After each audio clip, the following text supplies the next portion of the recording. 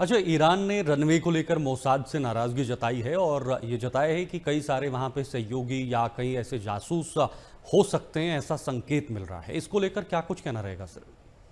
ये बड़ा अच्छा प्रकरण है शीतल जी। देखिए क्या हुआ, जब आपको याद होगा अमेरिका के एक हम्म। जेट गिरा था असफान के पास। एक एयरमैन, एक पायलट को उन्होंने फटाफट रेस्क्यू किया। हाँ। दूसरे को इन्होंने लगभग लगभग 72 घंटों के बाद किया। तो तब तक इन्होंने अपने दो ट्रांसपोर्टर उतारे, हेलीकॉप्टर उतारे। दो ट्रांसपोर्टर वहां जल भी गए, काफी गन फाइट हुई, ड्रोन्स लगाए। आईआरजीसी ने पूरा जोर लगाया उस क्षेत्र में आने के लिए, पर आ नहीं पाई। हम्म। अब ये मसला था कि भाई आखिरकार ये अमेरिकनों ने मतलब क्या किया यार, ये जहाज कैसे उतार दिए। अब हाँ। C-130 हरक्यूलिस बड़ा जहाज है, जबकि उसको उसकी विशेषता ये है, कच्चे पक्के रनवे पे भी उतर जाता। मात्र 400 मीटर का रनवे उसे मिल जाए तो उतर जाता, लगभग लगभग आधे किलोमीटर का रनवे कच्चा पक्का मिल जाए तो उतर जाता। अब दो C-130 को इन्होंने डिस्ट्रॉय भी किया था। कह रहे हम्म। थे कि उनके पहिए वहिए फंस गए थे, वो उड़ने की परिस्थिति में नहीं थे, हमने डिस्ट्रॉय कर लिए। अब ईरान और पूरी दुनिया हैरान कि ये हुआ कैसे। अमेरिकन ने कहा जी हमने उतर के एक रनवे बना लिया था, टेम्परेरी रनवे, और हमें भी पता था रनवे बना है, टेम्परेरी हम्म। रनवे बना है।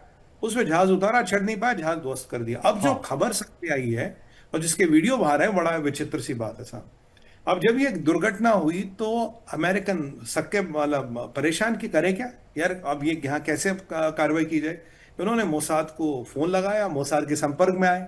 तो मोसाद ने कहा टेंशन मत लीजिए, हर क्षेत्र में ईरान के हमने मैपिंग कर रखी है। हम्म। मान लीजिए ईरान का कोई भी क्षेत्र जहां से हमारे जहाज जाते, पूरे चप्पे चप्पे की मैपिंग हमारे पास है। बिल्कुल सर। मोसाद ने क्या कर रखा था सर कि अब जैसे कोई भी शहर है, कोई भी गांव है, कोई भी कस्बा है, हमेशा गांव शहर कस्बे एक पुरानी सड़क होती है कोई, जो आउटडेट हो गई है, जो बर्बाद हो गई, जिसे कोई यूज नहीं करता, नया हाईवे बन गया, उस तरफ कोई रहता नहीं। हम्म। तो एक सा सड़क का टुकड़ा उन्होंने ढूंढ रखा हम्म। था, जिसके आगे न कुछ न पीछे कुछ। हम्म। फिर सोचिएगा, मोसाद के लोग जमीन पे थे, मोसाद के कॉन्ट्रैक्टर जमीन पे थे। हम्म। मोसाद ने जाके उस 500 मीटर की सड़क को बनवाया, हम्म। उस पर पुलता डलवाया, उस पे लेवल लगवाई, और ये एक टेम्परेरी सड़क रेडी की। अब जो हम्म। बेचारी लेबर थी या जो कॉन्ट्रैक्टर थे, उन्हें तो ये भी नहीं पता कि ईरान के लिए, ये इसराइल के लिए सड़क बन रही है, अमेरिका के लिए। उन्हें बिल्कुल। बोला यार एक सड़क बननी है, जरा रिपेयर का काम है, आके कर लो। साहब लेबर बुलवाई, मशीनें बुलवाई, सड़क 500 मीटर की सड़क रेडी करवाई। हम्म। उसी सड़क पे अमेरिकन उतरे। फिर जो हुआ आप जानते ही, अपना पायलट वायलट निकाल लिया। पर जो इन्होंने जहाज डिस्ट्रॉय किए थे, कुछ आगे जाके किए थे। अब तक ईरान को पता था कि वहीं कुछ सड़क वड़क इन्होंने बना के कर दिया।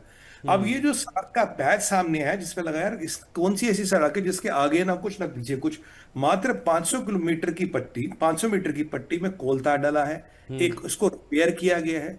तो मतलब इन्हें समझ आया, ओ जो अमेरिका था वो यहां उतरा है, जहाज यहां उतारे गए, हाँ। और हमें पता नहीं लगा। और अब ये ढूंढ रहे हैं किसको, वो बेचारा जो मजदूर वहां पे था, जो कॉन्ट्रैक्टर था, जो ईंट ढोने वाला था, उस बेचारे को तो यही नहीं पता कि मैं किस लिए कर रहा हूं। उसे क्या पता किस लिए कर रहा हूं, भाई ईरान के बीचों बीच सड़क है, आपकी हम्म। पूरी मिलिट्री की नजर, आपको पता है अमेरिका यहां उतर रहा है। तो बिल्कुल। अब उनको ढूंढ ढूंढ के फांसी पे चढ़ा रहे, भाई तुम यहूदियों के जासूस हो, तुम उनके कोलैबोरेटर हो। बेसिकली जो मोसाद ने करके दिखाया, हम्म। अमेरिका स्तब्ध है, और ईरान के लोग ईरान पे मतलब मजाक बना रहे हैं। वैसे लोग तो एंटी रेजिम है ही, कह रहे यार तुम्हारे घर में आके तुम्हें ठोक गए, सड़क बना गए, उतार हम्म। गए, जहाज उतारे, बंदे को निकाल के, तुम्हें यही नहीं पता क्या हो रहा है, तुम आज तक ढूंढ ही नहीं पाए कि हुआ क्या। तो बिल्कुल। अब इसके बाद ये बेचारे उन मजदूरों को, उस लेबर को, उस ईंट ढोने वाले को ढूंढ ढूंढ के फांसी पे चढ़ा रहे हैं कि हम्म। देखिए इजरायली तो हाथ लगा नहीं, यहूदी अमेरिकन हाथ लगा नहीं। अब जो अपना बंदा मजदूर था, जो गरीब आदमी था, भाई ये हम्म। यहूदियों का जासूस है, चढ़ा वसूली, ये हो रहा था वहां पे।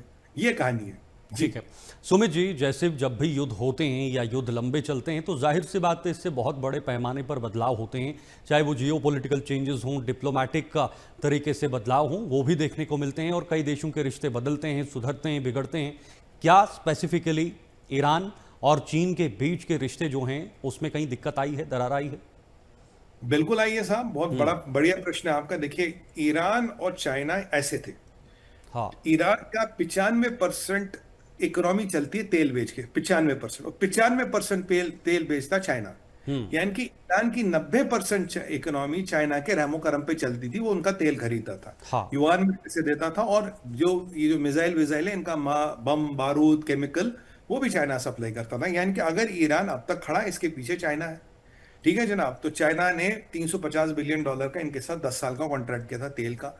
ईरानी कह रहे थे कोई बात नहीं यार, अमेरिकन हम पे प्रतिबंध लगाए, हमारा चाइना हमारा भाई है, सब कुछ। अब जब से ये ब्लॉकेड लगा, जब से युद्ध शुरू हुआ है, तो वो तेल की सप्लाई कम हो गई, धीरे धीरे खत्म हो गई।